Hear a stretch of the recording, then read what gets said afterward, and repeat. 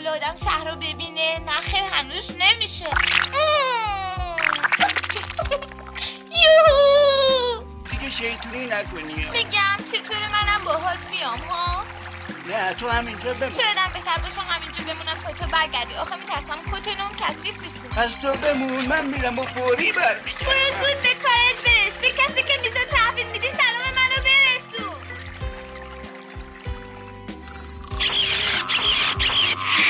بالاخره از شرش خلاص شدیم. آره راحت شدیم. خود اون جره‌ای که دکتر میگفت. ببین چقدر قشنگه، خیلی عالیه. تابستون آینده میبینم اترین. ببین از طرف من از طرف خداحافظی. خداحافظ همه ماریان. از دیدنتون خوشحال شدم. چی یادت داد؟ چی رو یادم داد؟ تا حالا ندیده بودم انقدر مؤدب و با تربیت باشی. مطمئنم که تو به ابتکار خودت نیومدی اینجا که با من خداحافظی کنی. من نمیدونستم شما اینجایین، ولی خیالشو داشتم. جدا داشتی؟ خداحافظ همه ماریان. خودتو گرم نگردار. بشین تو آفتاب، یادت باشه که پاییزه. ساردینا رو که گرفتم برمیگردم. اون وقت از بیسبال برام تعریف کن. منالین یه شام 2 نفره میخواستم، با خودم میبرم. هنوز شانسش نگفته؟ شاید هم اصلا موضوع شانس نیست، شاید زیادی پیر کی میگه زیاد پیر شده؟ جناب عالی؟ عرض کردم شاید مایدم نداره. خیلی خوب. داشت به من نگاه میکرد، دستش دور گردن اون بود، اما انگار داشت منو خفه میکرد. اول به اون نگاه میکرد، بعد به من خیره شد. یه دفعه حالش دگرگون شد. اون وحشتناک بود. تو ذهنش داشت منو خفه میکرد. چرا من؟ من چه ربطی به ماجرا داشتم؟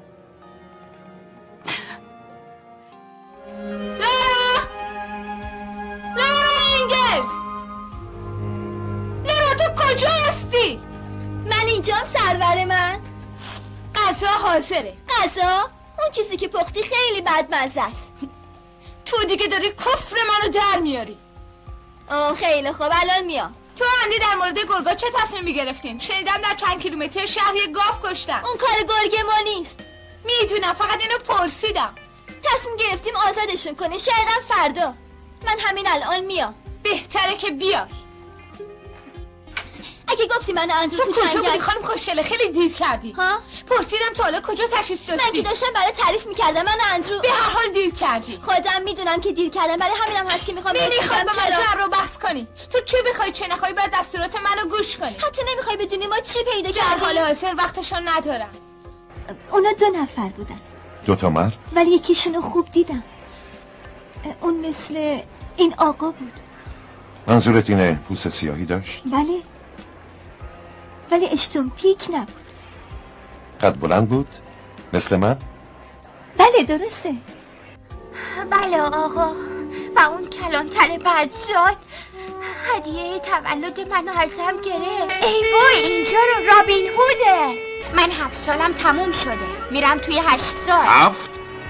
خب همین تو رو مرد خونه میکنه و من مناسب ترین هدیه رو برات آوردم پسرم. برای من؟ چقدر قشنگه. متشکرم آقای رابین هود، متشکرم. هی قیافه من چطور شده؟ به به به به. حالا چطور شدم؟ دارین چی میخورین؟ گل گیاه. خیلی هم خوشمزه. خیلی خوشمزه.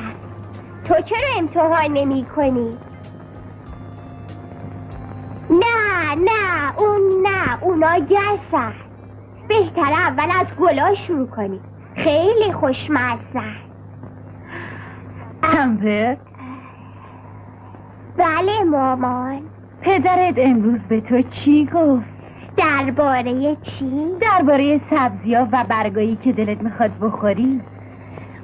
اونو میگی؟ سبزی خوراک مقوی و بسیار بسیار خوبی است. گوشها رو دراز و پاها رو قوی می کند. ولی با تمام این حرف و مزهش اصلا خوب نیستش.